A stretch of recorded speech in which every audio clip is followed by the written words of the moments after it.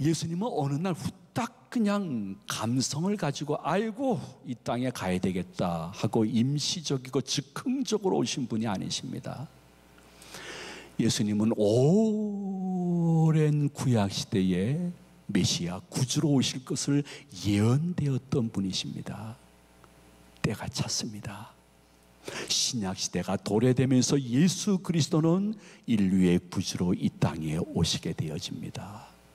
이렇게 구약에 예언되었던 분이 신약에 성취되어서 오시는 것을 말씀하실 때에 복음의 역사성이라고 합니다. 예수 그리스도라는 복음은 임시적으로 즉흥적으로 온 것이 아니라 역사 속에 입증되었던 인물이요 내용이라는 것입니다.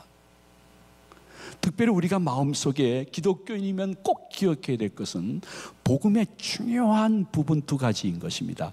이거만큼은 놓치지 말아야 됩니다. 이거만큼은 믿어지지 않더라도 믿어야 됩니다. 내가 모든 것을 안 다음에 믿으려고 하면 죽는 그날쯤까지 못 믿습니다. 근데 이미 일단 믿으면 성령님이 알게 해주시는 줄로 믿으시기를 바랍니다. 그러므로 이 두 가지는 내 이성과 내 경험과 이치에 맞든 안 맞든 믿는 것이 복음을 따르는 분입니다. 제일 먼저는 창세 이래 그리고 앞으로도 없을 일입니다. 예수 그리스도께서 우리처럼 결혼해서 잉태되어 출산된 분이 아니라 동정녀의 몸에서 탄생하시는 것입니다. 그래서 죄와 무관하게 오셔서 우리의 모든 죄를 사하실 수 있는 권한을 가지고 오시는 것입니다. 첫 번째입니다. 두 번째는 창세 이래로 그리고 앞으로도 계속 단 한 분도 없을 것인데 죽임을 당하신 후 3일 만에 가견적으로 육신적으로 예언한 대로 최종적으로 부활하신 것입니다. 예수님은 소생하신 것이 아닙니다. 예수님은 3일 만에 부활하신 것입니다. 그래서 우리의 부활과 천국 소망의 첫 열매가 되신 것입니다. 예수님의 동정녀 탄생과 예수님의 죽음에서의 부활, 이 두 가지는 복음의 핵심일 것입니다. 이것이 없으면 종교인은 될 수 있으나 기독교인은 아닙니다.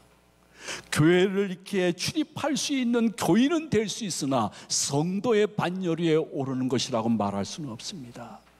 복음의 핵심, 동정녀 탄생과 죽음에서의 부활, 그로 인해서 예수님이 승천하심으로 말미암아 드디어 옛시대는 물러가고 새시대가 시작이 되어집니다. 그로 인해서 모든 사단이 지배하던 사회 각 영역에 사단의 역사는 점점 물러가고 하나님의 은혜의 물줄기와 이슬이 임재하기 시작하게 되어집니다.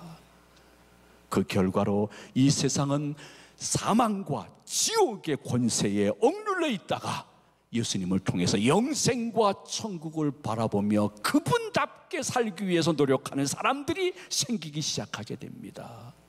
그러다가 어느 날 솔직히 예수님이 부활 승천하는 것은 언젠가 있을 이 세상의 마지막 종말과 인류의 최후 심판의 시작이 승천과 연결이 되어집니다.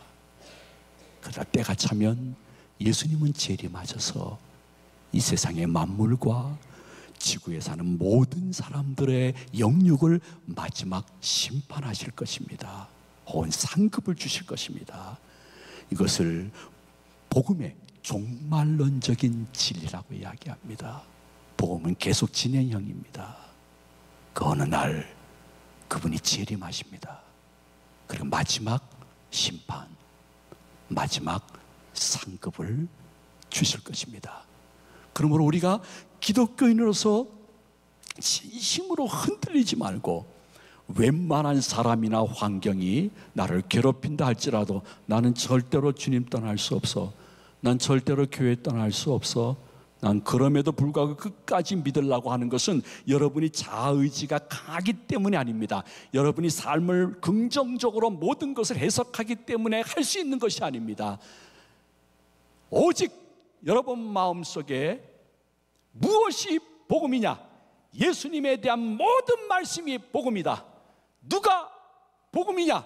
만왕의 왕, 만주의 주 예수 그리스도가 복음인 줄로 믿습니다. 그래서 여러분 삶 속에 성경과 내 삶의 중심과 주인공은 오직 예수님 한 분뿐입니다. 성경과 우리 삶의 주인이요 중심이요 주인공은 예수 그리스도 그분이라고 고백하시는 분이라고 하면, 예수님은 부활하셔서 성령으로 우리 사회의 각 분야와 그리고 내가 살고 있는 현장에도 그분이 임마누엘로 함께 하시는 것을 인정하게 됩니다. 그래서 여러분이 교회 다니면서도 교회의 주인은 설립자가 아닙니다. 목사도 아닙니다. 장로님도 아닙니다. 교회의 주인은 이 일가친척 다 합쳐서 30명, 40명, 50명 출석하는 그 가정도 아닙니다. 교회의 주인은 오직 예수님인 것을 절대로 잊지 말아야 넘어지지 않을 수 있습니다. 여러분 이렇게 모여서 시각장애인들 용서해 주세요. 시각장애인이 아니기 때문에 사람을 보면서 옆에 사람과 함께 얼굴을 보면서 예배를 드린다 할지라도 여러분의 중심에서 흔들리지 말아야 될 것은 내가 예배드리는 대상은 오직 예수 그리스도 한 분인 줄로 믿습니다. 내 찬양도 예수님께, 내 기도도 예수님께, 내 헌금도 예수님께 올리는 것이기 때문에 전혀 사람들 눈치 보지 않습니다. 나 최소한도 기도, 찬양, 헌금은 예수님만 바라보며 드리고 그분이 기뻐하시면 그것으로 만족입니다. 매일 그럴 수 없고 순간순간 그럴 수 없으나 가정에 너무 기쁜 일이 있을 때, 너무 힘든 일이 있을 때 내 가정의 영적 호주는 예수님인 줄로 제가 고백합니다. 이 기쁨은 예수님이 주신 기쁨입니다. 이 어려움은 예수님이 나에게 이겨내라고 주시는 어려움인 줄로 믿으니 깨닫고 회개하고 주님께 다시 돌아가겠습니다. 가정의 범사 속에서라도 예수님을 중심으로 영적 호주로 모신 성도, 이러한 분들은 드디어 우리 대한민국을 바라보면서 현재와 미래를 보는 시각도 바뀌게 됩니다. 그것은 무엇이냐면 우리 대한민국 조국의 현재와 미래의 운명은 만왕의 왕, 만주의 주 예수님이 친히 통치하시고 인도할 줄로 믿습니다. 그래서 하나님이 보호하사 우리나라 만세가 될 줄로 믿습니다. 내가 주일날 때로는 가게와 사업과 식당을 쉬지 못할 때도 있습니다. 그러나 어떤 때 내 마음속에 내 삶 전체가 주님이 나를 주관한다고 하면 내가 한 달에 한 번은 쉬어보겠습니다. 2주일에 한 번은 쉬어보겠습니다.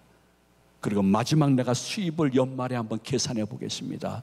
주님 채우시는 주님이 되실 줄로 압니다 하면서 여러분들이 한번 도전해 보시는 것입니다. 신앙은 도전입니다. 열정입니다. 누구를 향한?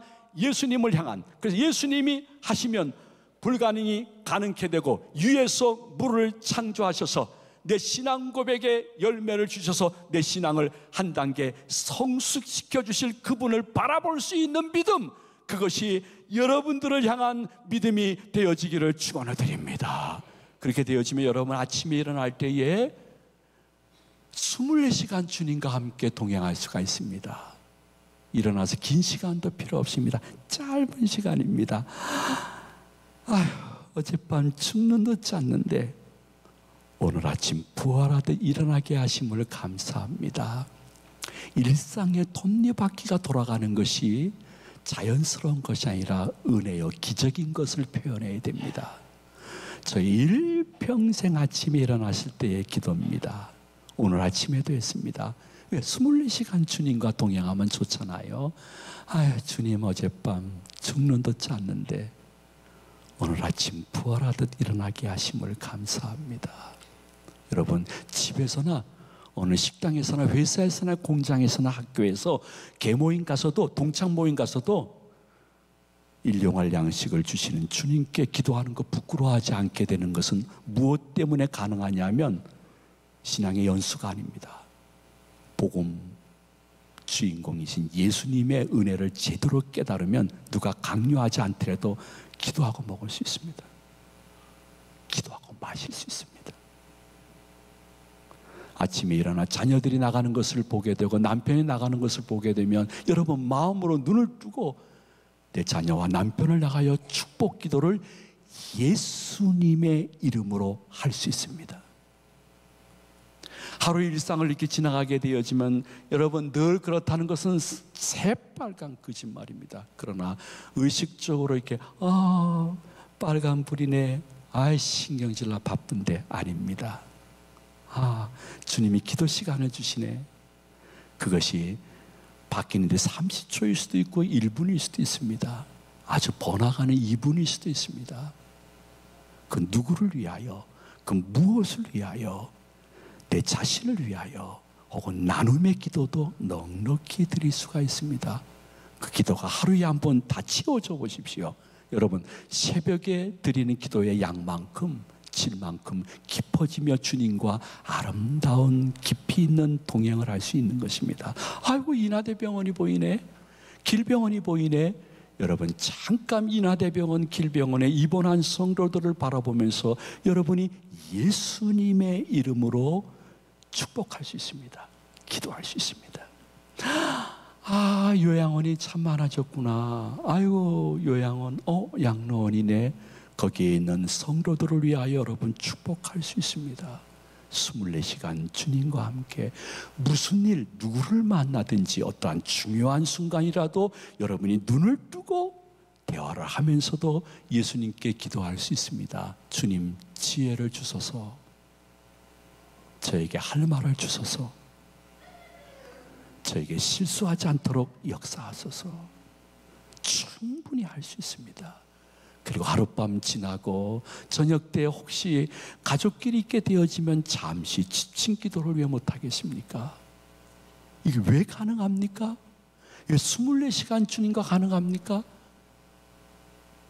예수님이 누구인 줄 알고 복음이 무엇인 줄 알게 되면 그렇게 하다가 어느 날 잠자다가도 예수님을 만날 수 있고 그분의 음성을 들을 수가 있습니다. 여기 그러한 경험이 계신 분들도 계실 것입니다. 어떤 분들은 잠자는데 제가 나타났다고 합니다. 제가 나타나가지고 야 집사야 담배 끊어 그랬다는 것입니다. 그날부터 끊었다고 합니다. 그러나 그랬습니다. 야 자주 내가 나타나면 좋겠다 나 그랬습니다. 어떤 분은 잠자는데 환상 속에 제가 나타나는데 너무너무 거지 중에 상거지 같은 옷을 입고서 나타나서 자기를 부끄러움이 처량하게 쳐다보더래요. 이게 뭔가 목사님께 무슨 어려운 일이 생겼나 해서 그냥 뭔지 모르지만 저를 위해서 기도를 빡세게 했다는 것입니다. 근데 어느 날 이렇게 만나게 되었는데 목사님이 상거지가 되어서 처량하게 저를 바라봐서 기도해 드렸는데 무슨 일이 있었어요? 그 기간이 저한테 너무 힘든 기간이었습니다. 우리가 살아가면서 느낄 수 있는 것, 그것은 어떠한 관념적인 예수가 아닙니다. 어떤 철학적인 의미에서의 예수가 아닙니다. 무엇이 복음일까? 예수님에 관한 모든 것이 복음입니다. 누가 복음일까? 예수님이십니다. 그분은 우리를 위하여 죄 없이 오셔서 우리의 죄와 영벌과 지옥 형벌을 피하게 하기 위하여 대신 십자가에서 돌아가시는, 아픔을 당하시면서까지 우리와 성령으로 함께 하시는 좋으신 영이신 줄로 믿으시기를 바랍니다. 이러한 성도님들이 점점 성장하게 되어지면 어느 지경에 가게 되어지냐면 이 2부 예배 참석한 성도들 가운데도 분명히 있을 것입니다. 나는 예수님 한 분 모신 것으로 모든 것을 가진 것처럼 풍부하다고 생각하는 은혜를 받게 되어집니다. 모든 상황과 사람은 바뀌지 않았습니다. 계속 나를 옥조이고 있습니다. 근데 놀라운 사실은 내가 변했습니다. 어떻게 변했습니까? 예수님 한 분이면 나는 모든 것을 가진 것처럼 풍요롭다, 여유롭다, 자신감 있다, 두려움이 없다. 왜? 예수님이 나보다 앞서가실 것인데. 예수님,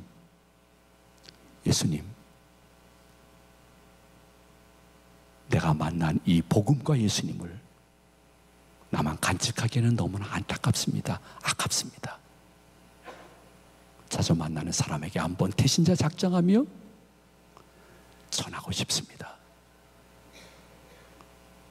복음이라는 뿌리가 있는 사람의 열매 중에 최종적인 열매는 내가 만난 예수, 내가 다니는 교회 속에서 한 영혼이라도 주님 곁으로 모셔오는데 기쁨이 있는 것.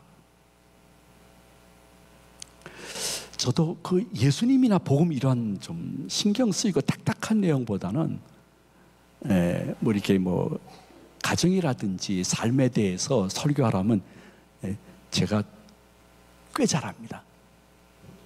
여러분이 인정하지 않지만 말입니다. 근데 가끔 우리가 좀 신경을 써서 들어야 될 말씀도 들어야 됩니다. 모든 것이 다 편한 것으로만 설교하게 되면 여러분 하나 꼭 기독교인으로 기억해야 될 것은 설교가 무너지게 되어지면 그 성도와 교회도 무너지기 시작합니다. 설교에서 예수님의 보혈이 뚝뚝뚝뚝 떨어지지 아니하면 그 교회와 교인들도 메마르기 시작합니다. 그래서 가끔이라도 여러분들이 때로는 불편한 이야기도 들어야 됩니다. 모든 것이 편해지기를 원해서 제가 어디 신방 가다 보니까 치과 이름이 너무 편합니다. 이 편한 치과 이렇게 나와요. 야, 굉장히 편한 걸 좋아하는구나. 속 편한 내과. 신경정신과는 어떻게 하면 좋을까 생각해 보니까 제가 신경정신과 의사라면 골편한 신경과 이렇게 쓰니까 굉장히 좋겠다는 생각이 들었습니다. 골편한 신경과 이건영 전문의 이렇게 하면 좋겠다. 설교도 좀 골편한 설교, 골 때리는 설교보다는 좀 골편한 설교, 골편한 예배를 드리고 싶은 마음은 분명하지만은 우리가 한 가지 기억해야 될 것은 내가 정말 주는 그리스도시요 살아계신 하나님의 아들인 것을 인정한다 하면 이 신앙 고백이 교회 밖에서 그렇게 고백하지 못하는 사람들에게 내가 기도 끝에 같이 가서 그 복음을 소개하고 나누고 섬기다가 그와 함께 예배드리는 시열과 기쁨을 느끼는 것이 성장 중 최고의 성장이 아닐까 생각합니다. 물론 보편적으로 보게 되면 그렇습니다. 다 그런 건 아닙니다. 온 가족이 교회 다니면 전도에 관심이 별로 없습니다. 왜? 아쉬울 게 별로 없기 때문입니다. 교회에서 중직을 받아서 내가 몇십 년 교회에 다니다가 이 본당이 자기 안방보다 편하게 되어지면 전도, 선교에 대해서 별로 관심이 없습니다. 그저 예배드리고 오래된 분들과 즐겁게 대화 나누는 것이 너무너무 행복하고 편합니다. 옆에 우리 교회 나온 지 6개월이 지나도 단 한 명도 나랑 인사해 주지 않아서 혼자 혹은 가족끼리 식사하고 있어도 별로 관심이 없습니다. 우리끼리 좋으면 좋은 겁니다. 왜 그럴까요? 모태신앙 그리고 오래 3대, 4대, 5대 솔직히 고백합니다. 이렇게 6대 이렇게 믿는 사람들 별로 전도에 대해서 관심이 없습니다. 왜? 자랑거리가 많습니다. 근데 내가 교회 안에서 고백되어진 예수님에 대한 고백이 교회 밖에서 다른 사람에게 전달되지 않는다고 하면 그것은 어떤 사랑방은 될 수 있으나 교회는 아닙니다. 교회가 유람선이 되면 안 됩니다. 전투함이 되어야 됩니다. 무슨 전투? 사단과 세상과 자신의 옛 본성과 다 그렇지 않지만은 TV와 잡지와 인터넷과 SNS 모든 비하나님 반예수적인 문화 속에 젖어서 그것이 삶의 만족인 양 살아가고 있는 사람들에게 다른 세계 그리고 예수 복음도 있다는 것을 전파하지 않는다고 하면 나의 교회 안에서의 신앙 고백이 과연 올바른 신앙 고백으로 아버지 하나님께 바쳐지고 그분이 기뻐하실까? 그분이 좋아하실까? 여러분들이 매주일 교회 소식에 봅니다. 저희 교회는 특별히 전도 행사를 하지 않더라도 새신자가 계속 오는 교회입니다. 물론 약 20가지에서 25가지의 이유로 중간에 혹은 돌아가시거나 이사하시거나 유학을 가거나 지방으로 출장 가거나 많은 변화가 있지만 그럼에도 불구하고 계속 매주일 새신자가 오는 교회입니다. 아유, 목사님 욕심도 많네. 아닙니다. 제가 욕심이 있었다면 여러분들을 달달달달 볶았을 것입니다.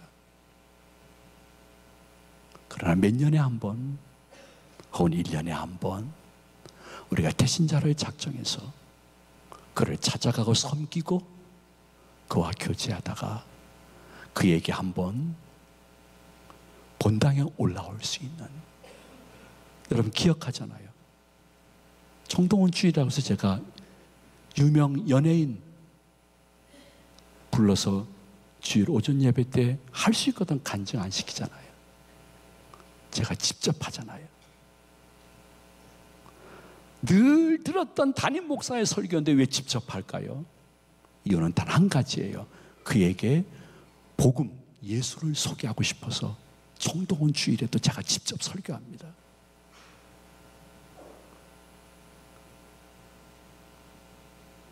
C.S. 루이스라는 사람이 있습니다. 유명한 기독교 변증학자요, 저술가요, 신학자의 목사인 C.S. 루이스가 이런 말을 했습니다. 여러분 선택하십시오. 선택하십시오. 가만히 성경을 보니까 예수님은 미치광이든지 하나님이십니다. 선택은 여러분이 하십시오. 여러분이 성경을 좀 보고 때로는 부흥성에 참석하고 오늘 주일날 저의 설교를 들으면서 두 가지 중에 하나를 선택해야 됩니다. 야, 말도 안 돼, 안 돼. 예수 이거 미치광이야. 되지도 않는 말씀하셔. 아니야. 하나님이시여, 우리의 구주시여, 나와 24시간 동행하시는 귀하신 분이야. 선택하십시오. 그리고 어떠한 것을 선택하느냐에 따라서 다음 주 태신자 작정할 때에 여러분의 손길이 달라지게 될 것입니다. 보혜사 성령님이 이 말씀 선포할 때에 여러분에게 도전을 주시면 감사함으로 받으셔서 나는 그분의 일을 책임지고 그분은 내 삶을 책임져 주시는 아름다운 교통이 우리 제2가족들의 교통이 되어지기를 예수님의 이름으로 축원을 드립니다. 축복합니다.